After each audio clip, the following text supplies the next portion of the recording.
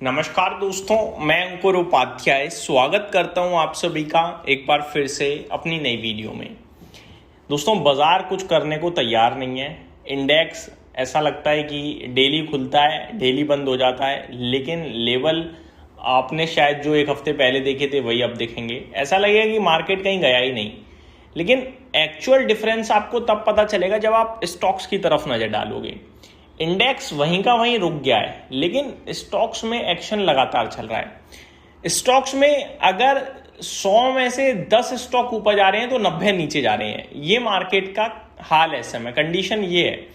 और आपको वो 10 स्टॉक किसी कीमत पे पकड़ में नहीं आएंगे कि कौन से स्टॉक्स ऊपर जा रहे हैं, क्योंकि डेली बेसिस पे टॉप गेनर की लिस्ट बदलेगी आपकी। डेली बेसिस पे सेक्टर, थीम कुछ समझ में नहीं आएगा। अब अगर मैं बीते कुछ दिनों की बात करूं तो आईटी ने सहारा दिया। आईटी पहले से ही टूटा पड़ा है, तो आईटी क्या हुआ, 100 से 70 आगे, 70 से 80 आ गया, तो सपोर्ट मिल गया मार्केट को इसकी वजह से। लेकिन जब ये गिर रहा था तो बैंक निफ्टी सपोर्ट दे रहा था, एचडीएफसी बैंक, आईसीआईसीआई बैंक। तो जो हीरो है ना वो हर दिन बदल रहे हैं, और जीरो जो है वो तो है ही। खैर, तो मार्केट में एक्चुअली में कहा, अगर एक लाइन में मैं समझाने की कोशिश करूं तो इंडेक्स सुस्त है और स्टॉक्स में है गिरावट। ये होगी पूरी तरीके से इस मार्केट की समरी। अब अगर आज के डेटा की बात करी जाए तो सबसे पहले तो आज यानी कि कल रात, आज इन द मीन आज रात बोलूंगा तो ये कमिंग नाइट हो जाएगी, नहीं, जो रात निकली है उसमें एक बार फिर यूएस और ईरान के बीच में विवाद हुआ। काफी हैवी अटैक देखने को मिला है यूएस की तरफ से, ईरान की तरफ से भी काफी कुछ बोला गया है। मैं आपको शॉर्ट और सिंपल में भाषा में दोनों की तरफ से जो अटैक हुआ है वो बताना चाहूंगा। सिचुएशन फिर से काफी सीरियस हो गई। पिछले सीज फायर एमओयू के बाद दोनों साइड्स के बीच मिलिट्री एक्शन और रेटिलेशन कंटिन्यू हो रहे हैं। अगर बात करी जाए करंट सिचुएशन की तो यूएस ने ईरान के ऊपर फ्रेश एयर स्ट्राइक करी है। रिपोर्ट्स की मानी जाए तो एयर डिफेंस सिस्टम और मिलिट्री इंफ्रास्ट्रक्चर को टारगेट किया गया यूएस की तरफ से।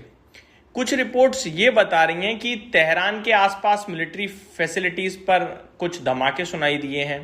बंदर अब्बास कोस्टल मिलिट्री पोजीशन को टारगेट किया गया है। Missile launch sites, air defence system और मिलिट्री इंफ्रास्ट्रक्चर पर स्ट्राइक हुई है, और इन सबके अंदर करीब करीब 35 लोगों की मौत हो गई है और 300 से ज्यादा लोग घायल हैं। अब इस पे ईरान ने भी, ऐसा नहीं है ईरान शांत है, ईरान ने कहा है कुछ, क्या कहा है मैं आपको बताना चाहूंगा। ईरान ने रेटिलिएशन के लिए बोला है। ईरान ने कहा है कि भैया हम बदला लेंगे। मिसाइल और ड्रोन्स बहरान, कुवैत और जॉर्डन की डायरेक्शन में लॉन्च किए गए ईरान की तरफ से। इनमें से कई प्रोजेक्टाइल्स को रीजनल एयर डिफेंस सिस्टम ने रोक भी दिया, इंटरसेप्ट भी कर लिया। अब मैं आप सभी के साथ बात करूं प्रेसिडेंट ट्रंप की, तो इन्होंने कहा है कि अगर ईरान शिपिंग और मिलिट्री अटैक नहीं रोकता तो मिलिट्री एक्शन और हो सकता है, यानी और बड़ी धमकी। साथ ही साथ एक सबसे बड़ी बात जो प्रेसिडेंट ट्रंप कह रहे हैं वो क्या कह रहे हैं, Iran wants a settlement, wants talk with the US, यानी कि बातचीत चाहता है ईरान, नेगोशिएशन चाहता है, सेटलमेंट चाहता है। तो प्रेसिडेंट ट्रंप कहते हैं दे बेटर बिहेव।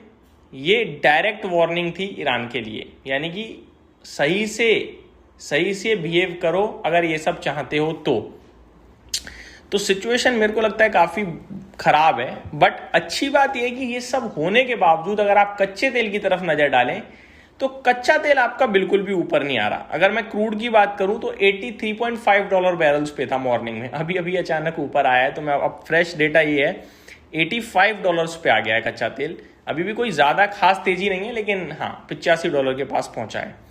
एशियन मार्केट्स में मिला जुला कामकाज था, ज्यादातर मार्केट नीचे थे और ज्यादा नीचे थे, और जो ऊपर थे वो फ्लैट थे। जैसे कि जापान में 0.3% की गिरावट दिखी, शंघाई 0.2% नीचे था, हैंगसेंग 1.25% ऊपर था, कॉस्पी 6.5% नीचे करीब, निफ्टी अपना फ्लैट था, आपने देखा ही, ताइवान फ्लैट था, मलेशिया ½ % ऊपर।